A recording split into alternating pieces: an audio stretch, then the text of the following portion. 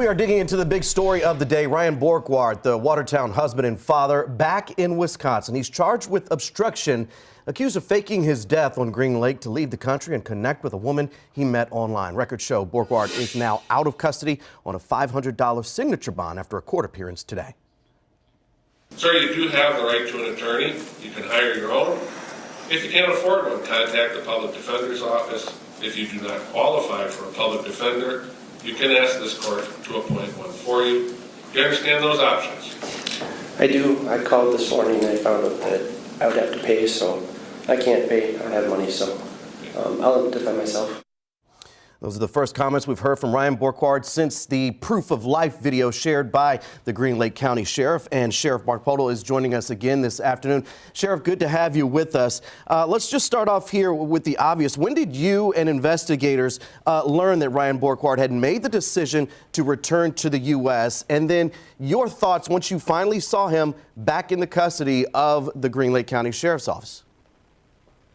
It was some weeks ago. Through our conversation that we had, we felt that he was going to be returning.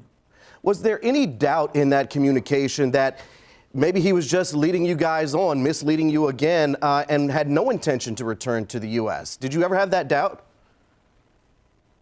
You know, you think about it. It was in our minds, but the communications that we had with him, I think, were very positive.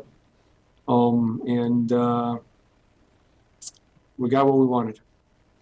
And this criminal complaint prosecutors put forth today lays out an elaborate plan from Ryan Borgward's own statements to investigators, using an inflatable raft there on Green Lake to get to shore, an e-bike to get to Greyhound bus, a bus to go to Detroit, to Toronto, to fly to Paris, eventually ending up in the country of Georgia.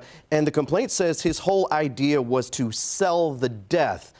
His death and disappearance. Is that the basis for the obstruction charge? Yeah, the obstructing charge was on our lake. That, you know, he wasn't there. Are any other charges anticipated? Do you plan to refer anything else to the district attorney from this investigation?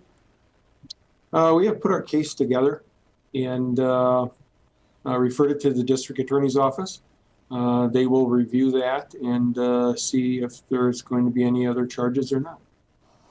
And I want to ask you about something that's in the criminal complaint. It references a November 8th email from Chief Deputy Vanderkolk. It says Ryan's heart hit the floor seeing that email, seeing the picture of the woman he was going to meet, and realized he made the one mistake he couldn't afford, backing up his laptop too many times. Was that really the crux of this investigation? Is that really where it really turned on its head? The criminal complaint does a good job of explaining exactly what was taking place. So if you refer to that, that's what we're going to go with. I got to ask you, Sheriff, I know you've been in contact with Borgward's family over these past several months. How are they doing since his return to the U.S.? I don't know, because I've never been in a situation like that, and not a lot of people have. So you don't know how children react, but I think they're going to be okay. The most important thing was that he returned and is going to take care of some problems that were caused. And in the news conference you held earlier today, you mentioned Detective Jeremiah Hansen, your Chief Deputy Matt Vanderkolk being very instrumental in this investigation. And even some of your comments, you appeared to get emotional in delivering your message today. I got to ask you, it seems like you've taken this case to heart. Is that an accurate portrayal, and where does that emotion come from? Well, yeah, I guess if you've done this as long as I have, you know, you just don't give up.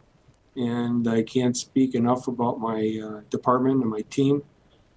Chief Deputy Vanderkolk, he did an awesome job of keeping communication with him, because he could have told us, I don't want to talk with you guys anymore, and that's it. But they kept a very good communication.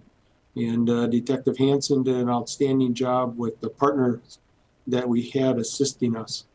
And that's what made this all come to the way we wanted it to come out to.